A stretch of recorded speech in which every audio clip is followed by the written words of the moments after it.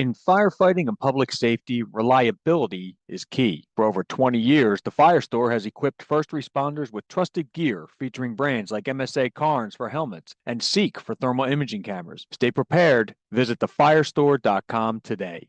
Fire Facilities manufactures steel live fire training towers, customized to meet your training needs. Check us out at FDIC or learn more at firefacilities.com.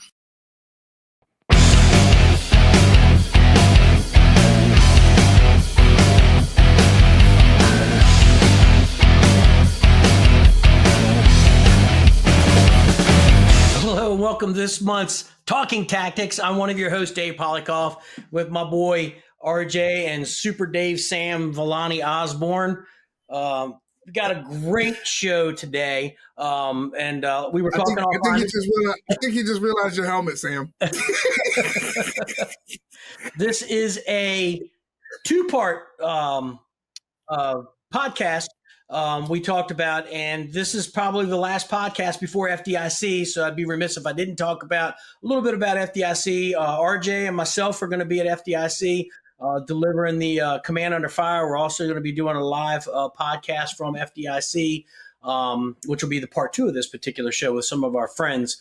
But if you haven't gotten your passes, your tickets, your reservations to go to FDIC, what the hell are you waiting for? Get it together, get down there. It's the best place to network, to talk to all the instructors, to rub elbows with people that you have seen your entire life, read their books. Those dudes are there, down to earth, just ready to network and talk over a couple of cold beverages and some good food. So get to FDIC. If you're still on the fence, Command Under Fire, can't go wrong with that. RJ's there to keep me in line, and we do a really good digital fire presentation for Incident Command. So with all that said, fellas, welcome back to Talking Tactics. We want to talk a little bit about high-risk search. I'm going to throw it right to Sam to get us started. Yeah, so it's I think it's always a hot topic, but recently, especially in our region, we've had a series of fires. I think I don't know, it comes in waves. It seemingly does, right? Where we've had some pretty heads up stuff done with regards to high risk searches and some successes. So that's it's something I think we can talk about tonight. There's enough of it to talk about, and there's enough success and enough training. Think about 20 years ago, we weren't doing vent under search training or training on size up, searchable spaces, that kind of thing. And it's all a part of the culture now, and you can see the results of it on the fire ground. It's pretty cool. 100%. RJ, I'm going to kick it over to you because I know you've come up with some interesting things in the city of Frederick, things that we probably would have never thought about.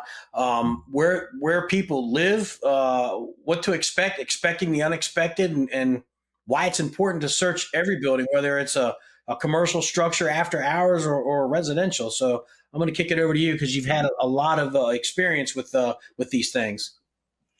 Yeah, so I'd be remiss if I didn't talk about the whole timing and thinking about where people occupy spaces during different times.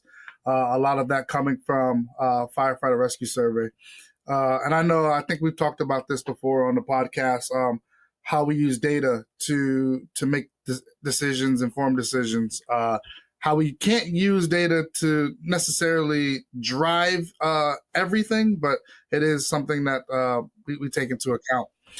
With that being said, I think that the biggest thing about search is understanding that people are going to occupy spaces that you or I or Sam don't normally occupy, right?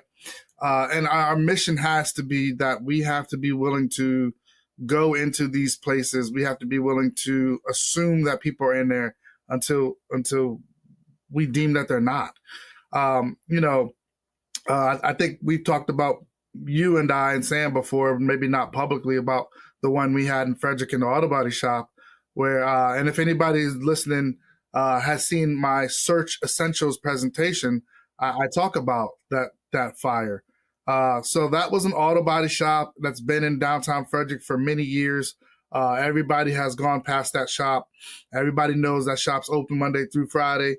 They're open from 9 a.m. to 5 p.m. and usually they hang out a little bit for an extra hour or 2 or 3. So, that shop by 8 p.m. is buttoned up and there's nobody in there.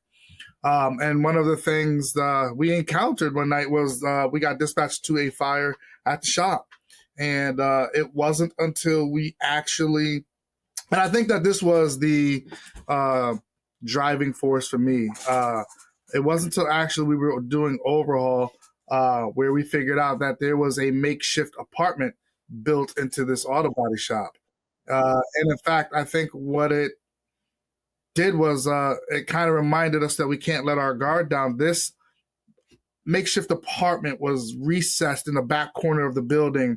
Stairs that led up to it were built in between racks of tires. So, you come in this body shop, on the far right side is the office, the break room, and all of that. And on the left attached to that is the bays. So it's a 3-car bay, if I remember correctly, with that apartment thing kind of like built into the back corner. With those stairs that recess in between those racks of tires, it's very easy those got missed, 100%. And I was the one responsible for it. It wasn't until we noticed when the fire was out that that place existed, which then reminded me these are types of things that we have to look for as people responsible for the search, that people will occupy any space. Had there been anybody in that space, I don't think we would have had the best outcome for that situation. Luckily, there wasn't. But I think that was my personal defining moment that I needed to remember that even though it's an auto body shop, even though it's midnight, even though I know that nobody's there, there could still be somebody there. You know what I mean? And Sam, you did cut your teeth down there in the 1st Battalion as well as the 4th in Montgomery County and high urban area, lots of people. What are some of the things that you've come across? I know you talked about some restaurants and things like that you've come across that were like, wow, wasn't even expecting to see that. Yeah, I mean, the big thing is it's not vacant until it's searched, and we can't afford to make the assumptions we used to make. You can't take the assumptions we made even 20 years ago and put them into your risk benefit analysis for a fire today. You just can't do it. Completely different situation. People are really, even people who have the means to live in a regular house are doing really crazy things, in kind of like a architecture artsy fartsy way, living in lofts above probably places they shouldn't be living, and then people shop owners that live in the shop at night for 2 reasons. One, because of money, and the other is to protect the shop, So these are things you used to pull up in the middle of the night and see a store and there's no cars in the lot. And you're like, there's nothing we're going to do here. But now you've got to really do that size up. Hey, man, it looks like maybe there's some stuff back here. Like they have like a furniture set up outside, out back by the dumpster or something like that. Like you just can't make assumptions, and you got to do a real thorough size up and find out where, if you think somebody's in there, find out where that searchable space is and get in there. I remember as a young firefighter when I was assigned to one engine, and I was actually tiller truck 1, and we were coming back from alarm bells called Summit Hills. I know, shocker for most people that know that area. But as we were coming by, coming past the McDonald's on Ellsworth off of Georgia Avenue, it was an open cab tiller truck, so I could smell some smoke, like something was burning, like a dumpster fire. Went back to the firehouse. It's only like 3 or 4 blocks away. Back then, they dropped the box for the Arthur Murray Dance Studio, which was it was a vacant dance. It was vacant, and it was a 2-story in the middle of the row of like a strip stores. And we rolled up on the scene. They had a decent fire going in the back underneath, like on the 1st floor, and they were accessing it to the back. We pulled up on the front, and it was just a 3-person truck.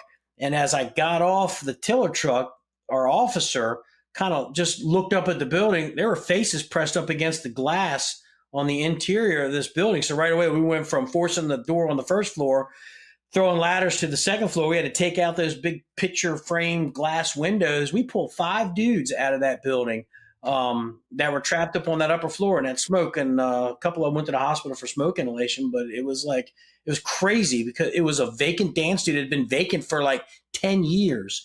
And they just had a bunch of homeless dudes that were living in there. And like I said, we pulled 5 people out of that, brought them down the ladder, transported 3 of them. But it goes to show, like you were saying, these buildings nowadays, especially with today's economy and the way housing are, and the homeless situation is ticking up quite a bit. You got to look at these places as though they are occupied until we say they're not. Even if it's a commercial or a structure, it's occupied until we say it's not occupied. The other thing that we see we're running into is these overcrowding in the like townhouses, things like that, where you've got multiple generations of families living in these things. So your search for a 4-person family might be 10 people living in that particular joint. And I want to swing back to you, RJ, because I know you got a really good story about the townhouse fire you guys ran not too long ago, where you did have to do a vent enter search with the amount of fire that they had on the first floor. And it was documented with video and everything else. And you knew you had somebody trapped in that building. So talk about how that turned out and what was going through your mind. Yeah, that was funny. One of the times that I actually remembered to turn on my GoPro. But that was unique because we left the firehouse going to just a regular box, and en route they upgraded it. And I was actually joking about this the other day with some other guys that I have never been going to a fire where they gave you so much that it just had to be true. Where usually a lot of times it's like they give you the whole gamut. Dispatch for a house fire, reported people trapped, and this, and this. And you're like, oh, man, and you get there and it's a doozy, right? But this one was completely different. We left the firehouse as a standard house fire. And then on the way there, they upgraded it to reported people trapped, upgraded it again to now we're looking for 2 kids, upgraded again to now these 2 kids are trapped in the bedroom on the 2nd floor. Like all of these things built up, I would call the perfect call that we normally think about as being a regular call anyway. So anyways, we arrived and I knew that we were going to do what we call it a targeted search. So the search is targeted to one specific area. We know that we're going to search that area and we're going to look for these kids. I knew that, all the players involved that work in the companies around me, I knew we were going to be good. The guys from Engine 1, they had a line to the first floor. The guys at 2 had a line to the basement. The guys from 29 had a line backing up the guys from 2. I just knew the guys from 3 were coming in. Like everybody was where they were supposed to be, which made me very comfortable operating above them, above the fire floor, looking for these kids. And one of those things is the guy that I was with, that was his first time doing a vent and a search. Together, the 2 of us dumped in these windows and we started the searching process. With that being said, it was one of those where I knew because we had intel of where these kids were supposed to be, we were going to target that area, and that area was going to be one of the areas that we were going to hone in on the most. It ended up being the 2nd floor had 3 different bedrooms. One was a kid room, another one was like a guest room, and then another one was the parents' bedroom, the master bedroom. So we tossed that one room, didn't find anything, went to the next room, didn't find anything, and then went to the master room, didn't find anything. What messed my head up on that call was all of the intel that we got from communications on the way there, which told me somebody had to be there. So with that, I was like, all right, maybe I missed something. So we went back to the first room that we started in. We went through it again. I used the camera a little bit. I don't get so wrapped up in the camera. I like to use the camera as a guide. I like to hold it up, look at it, scan the room, understanding where things are and seeing if I could pick up any heat signatures. Nothing. I'm sifting through toys, nothing. We go to the next, nothing. Go to the 3rd room, nothing. And I did that twice. And it got to the point where I'm like, I'm not leaving this floor until I find these kids. I'll be up here till I'm out of air. And it hit me. And honestly, this was what was that fire, Dave? Like a year ago? Yeah, about a year right? ago. Yeah, a little over a year ago. It hit me that I'm spinning wheels and my training, I'm not using what I've been trained to do to work with me. And so what I mean by that is I've done a good search in this room. I did a good search in the other room. I did a good search in the third room, to the point where I even researched it. And then I had to say to myself, Arjun, you've searched these things and you searched them really good, and there's nobody here. At some point in time, you have to accept that there's nobody here.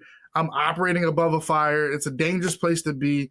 And if I didn't half-ass it and the search is negative, then it's negative. Not, just because they gave me all this stuff to tell me somebody had to be there, that doesn't mean that somebody's there. And contrary to that, right? A lot of times we go to these box alarms, to these fires, and we don't think anybody's there, and we find somebody, So that was another one of my defining moments where I had to tell myself, hey, man, you're trained in this, and you're trained very well. You're very thorough. It's okay to say that somebody doesn't exist here, when even though somebody told you somebody exists. And if there was somebody there, we would have done all the right things to get them out, but there's nobody here, and it's time to go, Ultimately, they weren't there. It was right. It was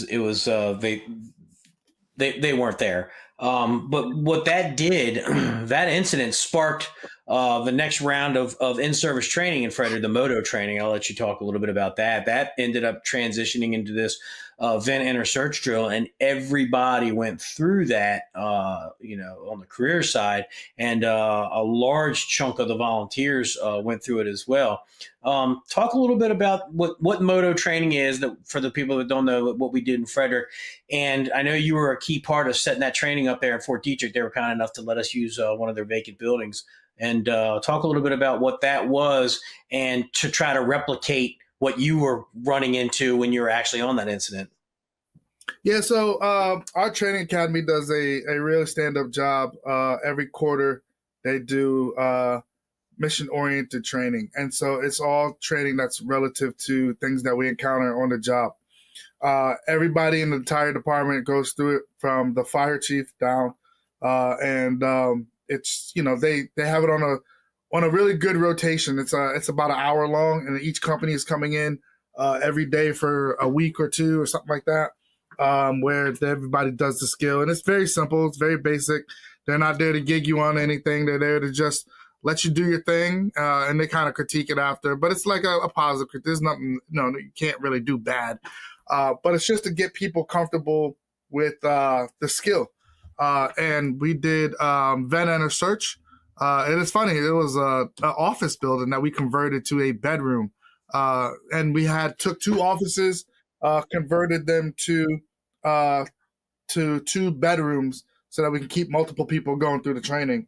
We set that office up with beds, furniture, end tables. We went to the store. We got a bunch of toys, and we set that thing up like a regular bedroom. One of the biggest things a lot of people took away from that training was being able to be comfortable with dumping into a room head first to go look for somebody. And most importantly, how we identify the key points of getting in there, and how we can identify what's happening in the hallway, right? We have smoke machines set up in there so that sometimes we can leave the door open so we can see the smoke coming out of the window, which can give you that good indicator of what's happening in the hallway. I think that the biggest thing was, something I haven't personally been good at over the time, which I took away from the motor training, is communications, right? For you guys, Sam and Dave, as chiefs, you want to know who's going in. You want to know where they're operating. You want to know what their move is, who's making the moves. And as a fireman, I don't think that we do a good job of, because we're so in the moment. We're talking about people trapped. I need to be in there right now. A lot of times we forget to notify command to let them know we're making this move.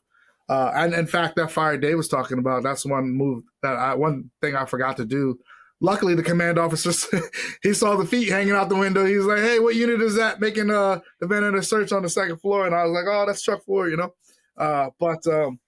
Yeah, I think it was a great training to kind of reel it all in after that fire. Yeah, you know, being able to duplicate these scenarios and try to, you know, replicate it in training is huge. You know what I mean? Yeah, and it's funny you mentioned that because I had already taken some notes down. I wanted to go right to Sam, talking about the IRP in Montgomery County. When we wrote that, we specifically wrote, and I say we because I was there. I didn't help write it, but I helped review it. Talking about high risk search. So Sam, touch a little bit about what the responsibilities are of the unit officers when they're doing a high risk or targeted search in conjunction with the command officer. And then as the command officer, if you're not getting the big picture, Sam, how are you talking about, you like talking about that push-pull communication? What are you doing to get that information from your guys without sounding like, hey man, you didn't do this and I'm bitch slapping you over right now? But let's talk a little bit about the IRP and about the high-risk targeted searches and how that's supposed to go when they arrive on the scene and what is supposed to happen. Yeah, we address it in our structure fires, our structure fire IRP. It's an appendix, actually, of our incident response policy. But and we talk about it in terms of are the occupants, they're either accounted for, not accounted for, or known to be trapped. So we either people are in the front yard, you know, at their rallying point, the tree, mailbox, whatever. Yeah, we're all out. Okay, cool. That lowers our risk profile a little bit. We're still going to go in and do our thing, but it's kind of a little bit over breath, right? Occupants are not accounted for. Your tempo goes up a little bit. You start thinking, okay, well, these days especially, vacancy is it doesn't matter as much as it used to. And then, of course, occupants known to be trapped.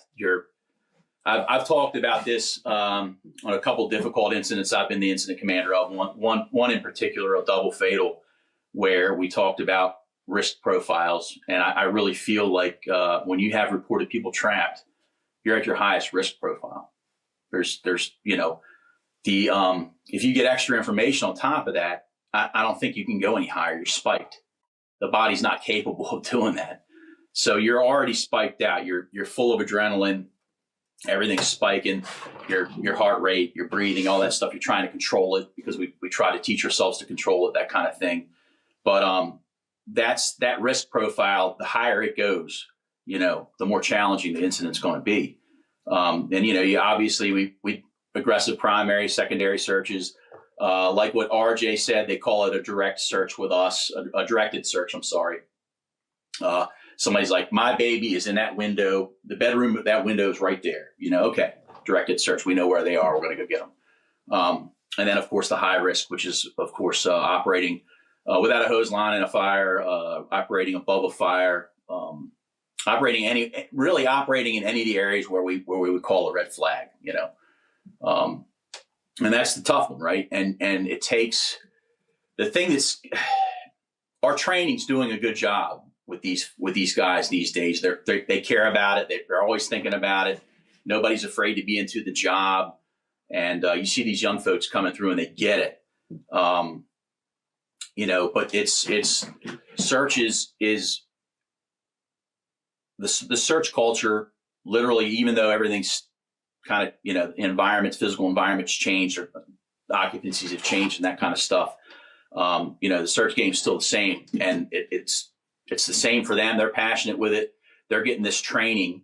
Okay. We used to get the experience in lieu of the training. We didn't have that kind of training, right? We had very basic firefighter training, even just as early as 30 years ago. And now it's built into our training, and you can see the results of these guys actually practicing, because we're not vent searching every day. We're not having a high risk search every day. You might have one or two a year if you're in a steady spot. And that's where that training has to take over. We have to get those reps in, so when we're called to do it, it's not our first time doing it, right? Yeah, and it's important. That's one of the things that you just said is, you know, 30 years ago, you know, 40 years ago, whatever, when we took that fire one and fire two, what was our search? It was each of us grab onto the other person's boot, and we do this train around the room that had no furniture in it. That was how we learned to do search and rescue. So it's like, wonder, I searched that room. Well, we didn't search the middle of the room because our shoulders were on the wall, and you could see after the fire was over the scratch marks all the way around the wall in the soot because nobody ever left the wall. But I think that we've recognized that we weren't doing good searches. And I remember, RJ, I think you and I, we were teaching a class in Columbus with and they had asked me to do a trucks class. I think somebody had dropped out, and we put our truck class together we had for Capital Fire. And I made mention. I said, "Oh, well, you don't do search and rescue. You don't do vent enter search. That's a once in a career, maybe twice in a career." And a couple of dudes from New York, remember they stood up, RJ, and they go, "No, we do it all the time." And that kind of got to me there. I was a little, I was like, oh, maybe you do, but not. But the more we've moved forward, and that was probably like 6 or 7 years ago, we've seen more instances of these high-risk searches or these vent enter searches more often now because it allows us to get to those upper floors faster because we're throwing a hose line through the front door, and if we're fighting fire in those front rooms, that getting to the second floor may be delayed, but throwing those ladders and getting into those bedrooms right away, knocking those searches out real quick, I've changed my tune a little bit, my thought process a little bit, especially as a command officer of, hey, you know what? Those guys are doing vent enter search. I know they're going to knock those rooms out really quick, and then they can move on to the next room, as opposed to. I think it's a culture. I think it's a culture thing. Yeah. We have guys that teach with us that work in Baltimore City, and if you follow them on Instagram or Facebook, you can see many fires in Baltimore City and just the types of fires they have, right? A lot of real home fires. You're guaranteed to always see in every picture a line going through the front door, a ladders to the second floor, and one guy going in on the second floor. It's a culture. It's a culture thing. And until, most of the, where I work at, we're still developing a culture. You know what I mean? Our department's still young. Our department still has, 65% of it have guys and girls with, 2 to 3, 4 years on. I just got assigned to Engine 1 on the west side. My senior man's got 20 years on. I got 19, and then from me it goes 2019 7. You know what I mean? And so like you're the old guy now, RJ. Yeah. Yeah. So after that 7-year guy, it goes 4, 3, 2, 2, 1. So like these guys, all of those guys have never been under search before. But they're what they got was in training at the motor training. So, you know what I mean? Like the ability, that fire we had, that with the 2 kids reported trapped on the second floor, the guy that was with me told me after the fire that was his first time doing it. He didn't tell me before. He didn't tell me in the moment. He was ready to ride wherever. But, where do you broach that conversation and line up? Hey, look, man, I know I'm riding with you, Dave. I've never done this shit before. Hey, just so you know, man, don't be mad at me. I've never done this before. No. Well, it's funny because I shit you not, man. It was two bedroom windows, right? And it was perfect. I couldn't have the perfect setup. There was 2 ladders already thrown, right? And so I go up one ladder, and as I'm up, I'm taking the window. I feel the ladder shaking beneath me, and I look down. He's coming up behind me. I'm like, yo, get on that ladder, bro. You got your own ladder over there. He's like, oh, my bad. So, it's a culture thing. I think it's, like where I work at, we're still developing a culture. We still have a lot of people who, and I hear this a lot anywhere I go, I'm afraid to get in trouble. Well, who's been in trouble for it before? You know what I mean? That's and my line. I think that a lot of times, like, I think we've all talked about this before on this podcast. You got to build that relationship, right? If I'm training on this particular skill and you guys as chief officers come to the training and I'm learning how to talk to you, you're learning how I'm moving. Now we've built some kind of mutual trust between the command officers and the firefighters. Now, when it comes time to the fire ground, you know how I'm going to move. I know what you need from me. So, being able to build that relationship comes from training together and building that culture. I hope I'm not rambling, but I think culture is the biggest thing. And a lot of these places, New York City, Baltimore, Chicago, these places have established cultures. Whereas where I work at, we're establishing a culture. You know what I mean? Yeah, and I think you're onto something there because, like you said, our department is young, we've had a ton of recruit classes come through, but I think guys are seeing, especially coming through the training academy and the volunteers that are there, that they're benefiting from the training and coming through the classes and things like that. We are an aggressive department. We're a young department, but we are aggressive. I'm not really going to get into it, but the fire that we had yesterday, those dudes were on point. And I don't run command in Frederick that often, if at all. And it was just one of those things that just kind of lined up. And those guys were phenomenal. When I was working in the 1st Battalion, like you said, RJ, we developed a relationship. And even when I was working in the 1-4, when Sam and you were lieutenant at 16, I would always call, hey, where you guys training today? And I would come by and watch and see how you guys moved, exactly like you said, RJ. So when the call did come in, I knew what they were going to do, and I knew what their capabilities were. I knew who the strong companies were, and I knew who the companies that needed a little bit of boost from some of the stronger companies. And there's a lot to be said for that. So any chiefs out there that are listening to this, you guys have got to get out there and train. If you're a volunteer and you've got duty nights set up, you show up on those duty nights and watch them train and see what they do and learn their strengths and weaknesses. But you're right, RJ. It is a culture thing, and I'll be the first to admit it. I've been around for a while, but I see something, and I change my tune when it comes to these vendor searches. It is a tool for the toolbox that I'm seeing used more often, and it's valid. That you've got guys going through the front door. A search needs to be done right away. If I can bang out a search on the 2nd floor right away, it's going to give those occupants, if they are trapped in those survivable spaces, time to get them either to the window or get them down a ladder or let command know I've got this going on, get more dudes to that window to get those people out. So I have changed my view on these high risk searches. Is not the same, we'll go through the front door, we're going to search this, and we're going to go upstairs and we're going to hit each individual room. Like you said, RJ, there was the 2 of you, and there's the perfect picture is out there of all you see is 2 sets of legs going through 2 different windows, of going and knocking. You got those rooms searched quick, and I think it's something that needs to be explored more. And when the opportunity presents itself, take it. But what comes with that is the responsibility of making sure, as a unit officer, letting that chief know, hey, I'm throwing a ladder. I'm going to vent enter search these rooms on side alpha, on the alpha delta corner or whatever. So now I know where you are.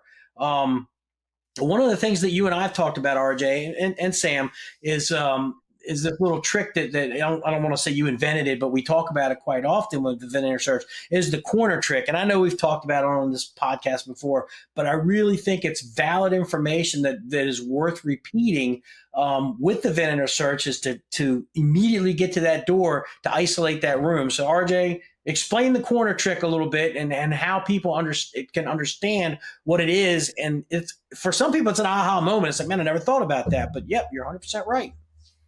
Yeah, Frank was the one who kind of put us onto that years ago, many moons ago. But something that still holds pretty true, which is the corner trick, which is taking a single family house, and it does not hold true for every house. A lot of your Cape Cods, those types of style houses, ranchers, it's not going to hold true, right?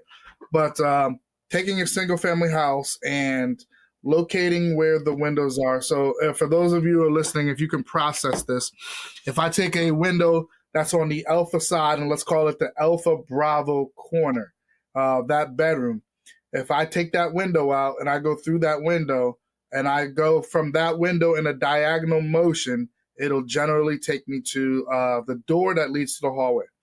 Now, if it doesn't, if it's an anomaly of a room, it'll at least put me on the wall, and then I can go down the wall to capture the door.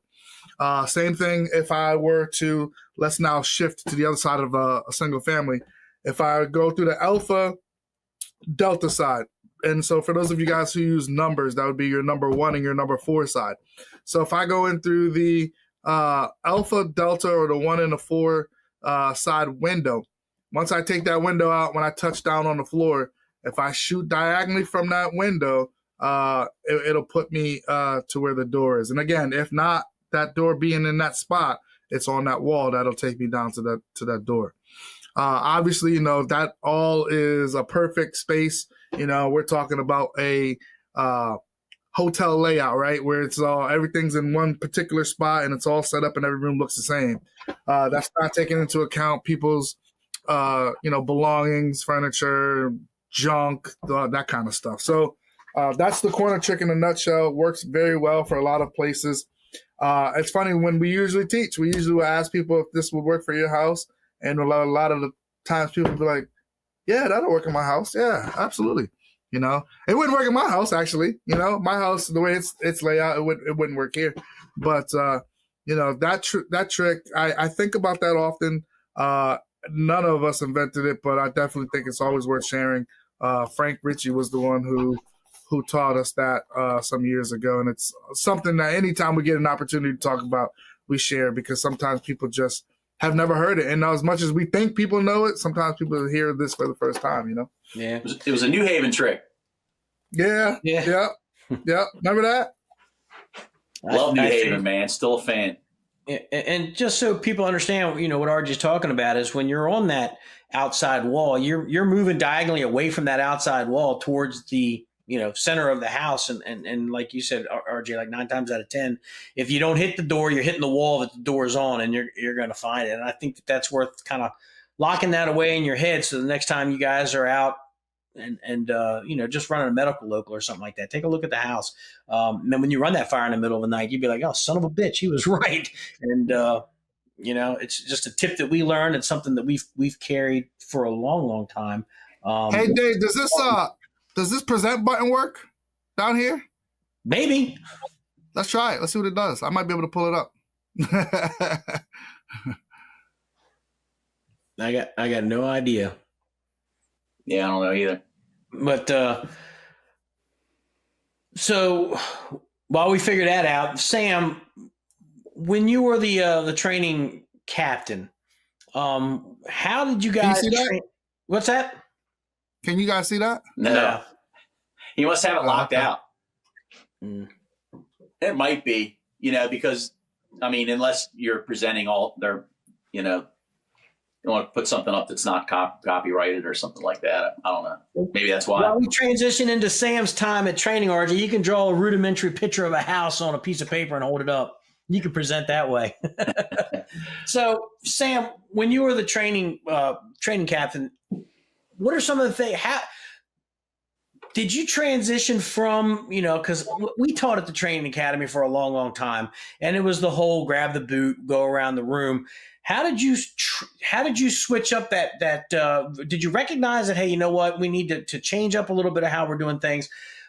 How did you sell that? Obviously, Chief Clemens was very dynamic guy, so he was very open to a lot of stuff. But what did you do in your time there to try to change up some of these search techniques and laddering techniques and things like that? Well, you know, you come from the field to the training academy, and you know, you run into patches and naysayers and people negative Nancy's. There's nothing you can do. You know, well, there is something you can do. You just continue to do what you do and hope that maybe that person changes their mind. But anyway, you know, people are like, you're not teaching them enough in the training academy. It's like, we got to reteach them everything. And you know how that old trope goes. But anyway, I don't believe in it. And, but I do believe that we need to give them more training, right? We're not intentionally under training them. We have a finite period of time in which to train them and get them out into the field. We can't keep them forever. But we had a 1-week program that was more suited for somebody that had been on the job for a few years, strategy and tactics. We had that built in the recruit school. What I did with that week of class is took that out and put a week of I forget what exactly we called it, but it was enhanced skills in engine, truck, and rescue. And I think we maybe even stretched it into the second week. I can't remember. I think everything got at least 2 days, but it gave them some extra stuff. This is some stuff that they're doing in the field right now, showing them some long line stuff, showing them some, showing them some stuff so that when they do get to the firehouse, it's not their first time being exposed to maybe the way a 400 inch and a half looks, or how to extend that, or how how to help, on an auto extrication, how to help stabilize the vehicle, whatever, giving them a little bit extra information that's above the curriculum to better prepare them to go out into the field. So that was my big win, I think, and they've kept doing that, I believe. So you mentioned something that I want to throw to RJ. You talked about having these students for a finite amount of time and trying to get as much training as you can. RJ, I want to throw it to you. We talk about finite amount of time. It doesn't get any smaller compressed time than a duty night on a volunteer crew.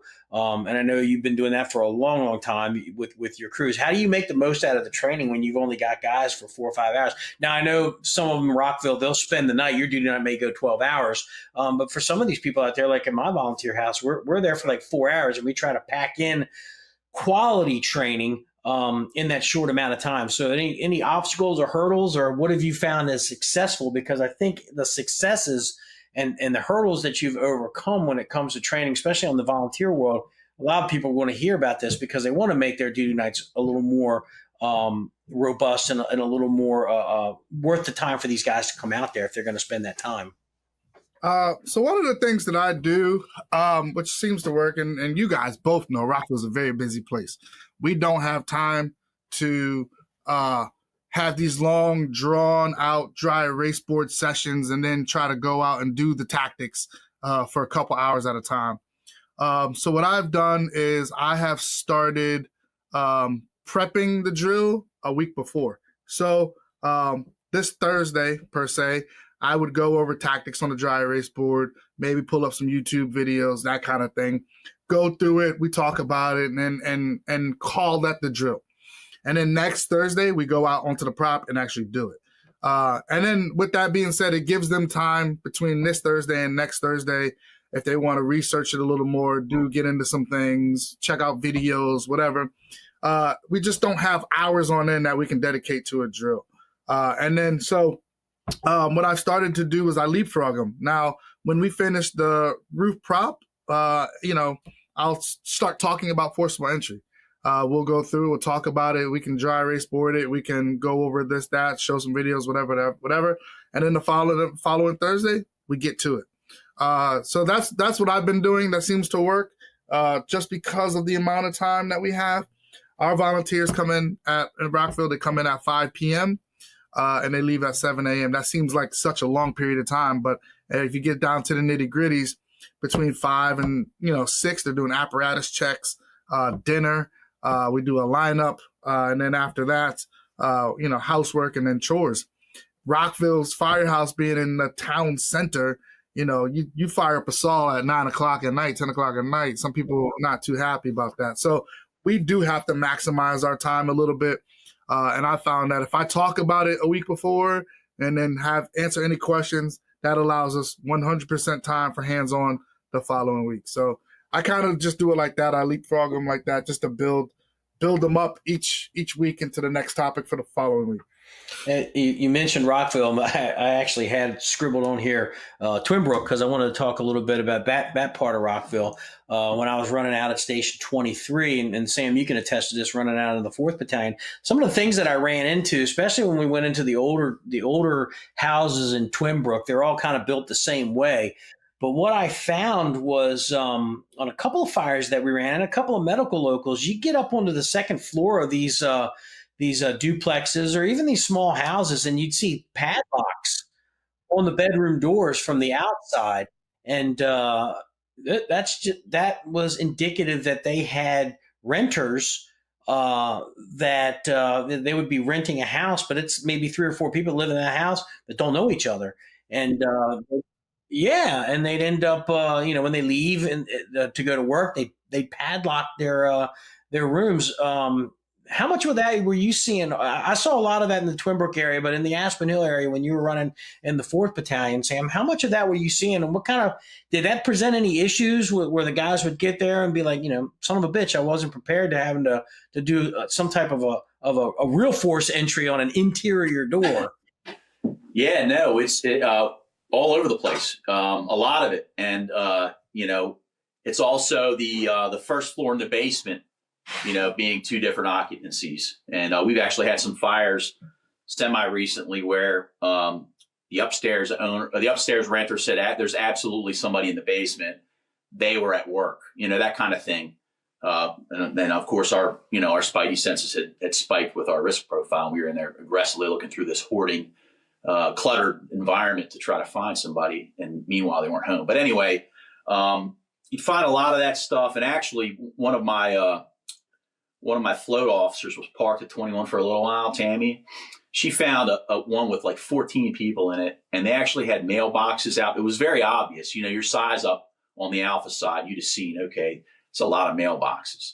And, but it was a brand new, it was like a stick built Type 5 lightweight, 2-story, just a wood frame house, but it was divided up inside. I don't know if they did it custom like that or if they just took the existing bedrooms and did it, But, and what she did was, she documented it very well. And we had an Outlook group for the battalion and the shift, and we put it in there and then shared it with the other shifts as well. So we had some degree of situational awareness on the real high risk, target areas we have for SRO type stuff, And RJ, I'll kick it over to you. We're gonna close it out when we're talking about these searches and things like that. Downtown Rockville, like you talked about, you've got those old Victorian homes that are right there off of right when you go through the mixing bowl and you're heading up to where the old academy used to be. But those old Victorian homes that have been converted into apartments. I remember running a couple of calls now. You'd have stairwells that go to nowhere. You go upstairs and you hit a wall. Fire escapes and things like that. What are some of the things that you're seeing in those places, and what kind of challenges is that going to present for searching? It's funny. I'm laughing because we've been friends for so long, and I swear we all share the same brain. I literally had written down forcible entry tools, SROs, things that we needed to talk about. And literally, you guys covered it. You're like sitting there like, oh, crap, I ain't got nothing to talk about. We literally have done this we've been friends for so long that we leave no stone unturned, man. Listen, man, not to get all sappy, but it means something. It means a lot. And that we're here together and we've been through so much.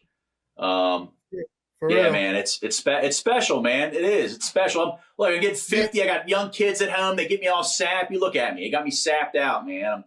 It's just, it's so cool, man. The experience that we all bring, and we make sure everything, especially for people listening, we try to make sure we can give them as much as we can in this hour, and we hit everything. But, Dave, before I go into that, one thing I wanted to say real quick to what you and Sam were talking about. I know there's a big shift right now in the fire service about tools and searching. And I wanted to just talk about that for a hot sec, if you don't mind. So there's a big shift that we don't search with tools, we search with our hands. And I do agree with that push, right? We use our hands to search, but I don't know where this is coming from. But there's been this big shift of we don't need to have the tool. We leave a tool in the hallway or leave a tool at the door. I'm not with that, man. And I want to explain why. There is a use for that tool. And for me, that use is to be able to identify that there is a floor that exists where I'm operating. Going down a hallway, going in a bedroom, there's a very good chance we could have a hole in the floor. And there's a very good chance that I may not find it, but the tool will find it first. I am not a fan of swinging a Halligan across the floor with the pike. I always like to turn it around so that the pike is actually braced in my arm, and I'm actually just moving the forks around the floor. But to your point, when you guys are talking about SROs, I think this is the perfect time to talk about forcible entry. If we don't have our tools, there's no way we can force this door. And you guys remember when we were up, Sam, Dave, when we were up in PA last year at the Jimmy Ellis Memorial Training, we made those guys force the door in zero visibility. And we had that prop in there that we had like a tight space where they had to come down a hallway.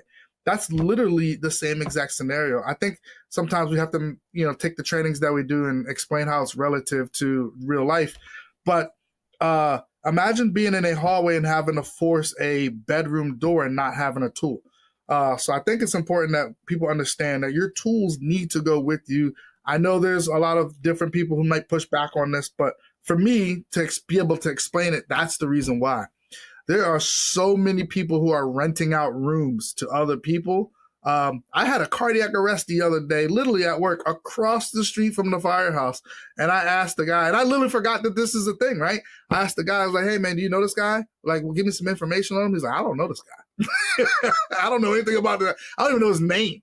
And then, that's the thing. Like, there's these people, they all have their own spaces, and they're all going to secure their spaces their own way. And when they leave, they're going to lock up their space.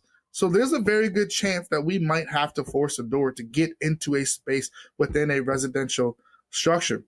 Let alone think about how many times people are in these spaces, occupying these spaces, and there's an event going on. We had a house fire in Frederick County. A fire was on the second floor, and a person was in the basement and didn't even know the house was on fire on the floor above. They kept walking out, didn't they? They came walking out like, what's going on here, right? And the house is on fire. And, that fire unfortunately had a sad outcome. But, you could literally be in one of these rooms and not know what's going on outside. And you get, all it takes is people to not have working smoke detectors, which that's a common thing, right? So for people in the middle of the night to not know what's going on, there's a very good chance we might have to force entry into these rooms. So my biggest point to that was to make sure that if anybody values our opinions, bring your tools with you. You never know what you're going to have.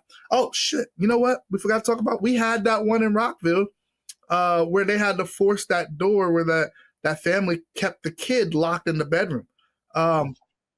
And they used a hasp and a padlock on the outside in the hallway side, So us being able to navigate a padlock in a house fire, that imagine not having the tools to do it. You know what I mean? So I just wanted to hit that one point, Dave, that while we were talking about SROs and tools. But to your original question, and I can't believe I even remembered this because my ADD would take me all over. But to your original question, yeah, in Rockville, those Victorian homes down 28, we do have a lot of those houses, which are fairly big houses, and the common spaces are the living rooms, the kitchen areas, but a lot of the bedrooms, a lot of those are privately rented out to individual people who occupy those spaces, and those are their own spaces that they use. So yeah. And the telltale sign, obviously, that we've talked about 1,000 times. You see these large Victorian houses, multiple mailboxes, meters, doorbells. You go, when you do your circle check, you may find fire escapes to these houses, which looks a little peculiar, but that's how these people get in and out. And like I said, I've gone into these houses and the stairs go to the second floor, but they're walled off. It goes right to the ceiling. So, it can be quite confusing. But to your point, RJ, when you talk about bringing your tools, you're 100% right. If you're on the truck company and you're assigned forcible entry and you got your irons with you and you may bring your hydroram, I'm perfectly okay if you want to leave the hydroram outside, but you taking your irons with you because, like you said, you don't know what you're going to find in these residential houses, especially if they're padlocking or have a latch on the door. You don't know what you're going to find in these places. And that, like you said, there's nothing worse saying that I know somebody's trapped in this room, this house is on fire, and the only thing I have is my gloved hands because I left my tools at the door. So yeah, take your tools with you. And somebody told me a long, long time ago, when you're in the fire department, when you're riding a fire engine, the motto is never an empty hand. So when you come into a structure, you've got something in your hand, some type of hand tool, and be ready to go to work. Believe me, you can pull walls and ceilings with an axe and a Halligan bar. It can be done. You might have to stand on the bed to pull some ceilings, but it can still be done. Even on an engine company, one of my biggest pet peeves is if you got a three-person engine company and you've got, or 4-person engine company, you got 2 pulling the line and an officer, one of you guys better have a hook because when you put that fire out, truck company's probably searching. You're going to need to start pulling walls and ceilings. That's not truck work. That's fireman work. So it doesn't matter what you're riding. You have to have tools in your hand to get the job started. And then when the truck shows up or they finish doing what they're doing, they'll come and finish the job. But, same thing if you're a single engine company and you pull up on a working house fire and the truck's coming from the next town over. Are you waiting on the front porch till they get there to force the door for you? Or are you going to do that yourself? We'll finish this off. One of the things that you were talking about the other day, RJ, is just because you're on the engine company doesn't mean you're going to you might make a grab. You might be the one going in and finding that person and making the grab, because you're searching towards the most dangerous part. You're searching towards the fire, and most people are trying to get away from that fire. So don't be surprised if you're on the engine company, if you find somebody. I mean, that's what it's all about. And then you're going to have to decide, what now? I get this guy out, or do I put the fire out? And I'll tell you, if I could give one quick shout out, Dave, the Key City Fire Conference, these guys that did the engine company ops class, the daggone push class, that was one particular skill, and you guys can, anybody listening can find it online if you go back and look at some of the pictures and videos. But that was one skill that they actually worked on with the line, which is making a push into a structure, working a line, and you stumble across a body. How do we address that, right? And so what they did was they kept working the line past the victim. They called out that they had a victim, but they kept working the line past the victim so that they can protect that victim and the people that can come up to do the search. I think that a lot of us tend to think that the person who puts the hands on the victim is the lifesaver, and that's not how it goes. For people who are listening, just because you're the one who put the hands on the victim and got him out is not the lifesaver. It's such a team effort, right? Those people who actually have the line in place, those people who actually knock the fire back that allow the other people, the rescuers, to actually come up the line, get hands on that victim and protect the entire crew. Those people are just as much lifesavers as much as the people putting hands on the victim. Although those people aren't the ones that will be at Medal Day getting the pins, but we all know who are the ones who actually effectively make the whole operation what it is.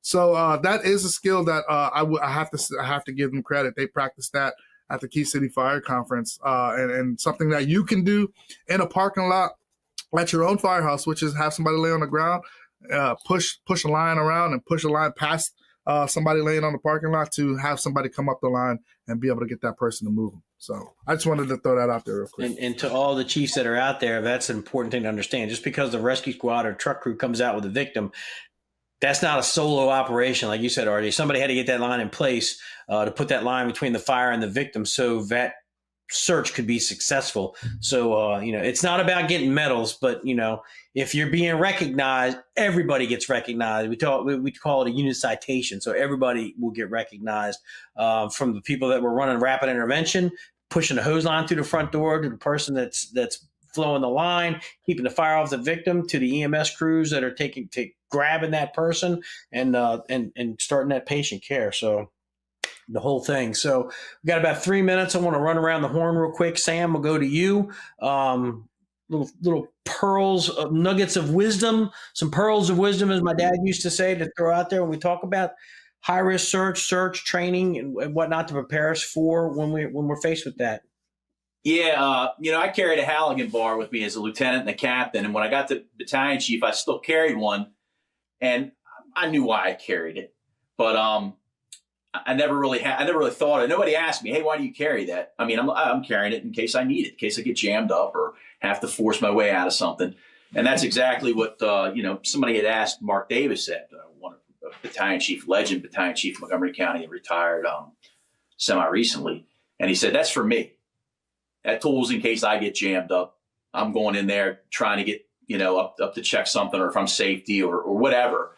Operating, sometimes you're from A to B, you're operating alone as battalion chief, right? Mm-hmm. And he said that bar was my life insurance pie. That was for me. I was like, that's a really great way to put it. So that's what I got. Carry it for you.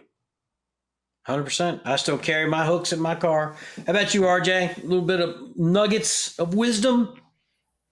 I think my nugget that I would share to anybody, as a guy who did many years on a rescue squad, still volunteer riding a rescue squad, but now assigned to an engine company. My nugget would be to know where know where people are going to be. As an officer, I need to know where people are going to be from my crew as it relates to a search. If I have a 3-man crew, I need to know that this guy who's in this position is going to be doing this. This guy who's in this position is going to be doing that.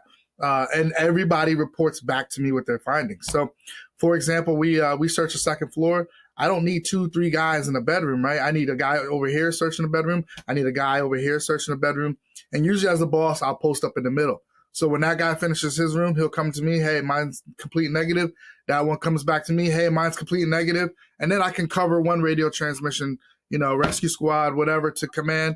The primary is complete and negative on this entire floor, moving up or down, whatever the case may be. But that's how we can effectively cover such a space. With that being said, my nugget, the most important part of that nugget is, as a boss, we cannot be so wrapped up in the task. We have to monitor the conditions for our guys and girls searching. With that being said, if I am wrapped up in the searching, I'm wrapped up into making sure that I'm in this room with them. I can't monitor the conditions in the room. I can't monitor the conditions in the hallway. And now, I essentially am putting these guys in a bad spot. As a boss, our job is to not get wrapped up in the task, but to wrap up or to make sure that our guys and girls who are doing the task are going to be safe when they do it. And our job is to monitor the conditions. That's my nugget. Perfect. Well, guys, I think it was a great topic. This is What's your nugget, Dave? You gotta have a nugget. Oh man, I can't improve on what you guys said, and I'm not going to because Hey, you're just going to yell at me anyway. We're not leaving, Dave, till you give one. You did this last month too. My nugget is this: for the chief officers that are out there, train with your guys. Career or volunteer, doesn't matter. If the guys are out training, stop by and see what they're doing. Look at what they're doing. See what their strengths and weaknesses are. Give them expectations. As a volunteer, show up to the firehouse and even during the duty nights. Watch these guys training. Ask questions, and be the best boss that you can. Like RJ said, we're there to make sure that we give you the tools that you need to do your job, but we also want to be able to take a look at a higher level of what's going on in that incident so you guys are safe. Train with your people. That's what it's all about. So, like I said, that wasn't bad, Dave. this is part one. Hey, Sam, peer pressure works. Hey, that's right. Pressure bust pipes. So we'll be at FDIC in April. We're going to be doing our show there. The Talking Tactics. Sam's not coming because he's going to be home, but we'll get him out there. But RJ and I are going to have a couple of good guests, and we're going to continue this conversation with High Risk Search and look at it from some other people from their department's perspective as well. So again, we'll see you guys in FDIC. If you're on the fence of whether you're going or not, go. The networking is phenomenal. The people that you meet is phenomenal. You pick up so much stuff. And you make really good, long-lasting friendships that you can call on one another and bounce ideas off of. So with that, guys, another great show. With that, see you guys next time around. See you. Peace. In firefighting and public safety, reliability is key. For over 20 years, the Fire Store has equipped first responders with trusted gear featuring brands like MSA Carnes for helmets and Seek for thermal imaging cameras. Stay prepared. Visit thefirestore.com today. Fire Facilities manufacture steel live fire training towers, customized to meet your training needs. Check us out at FDIC or learn more at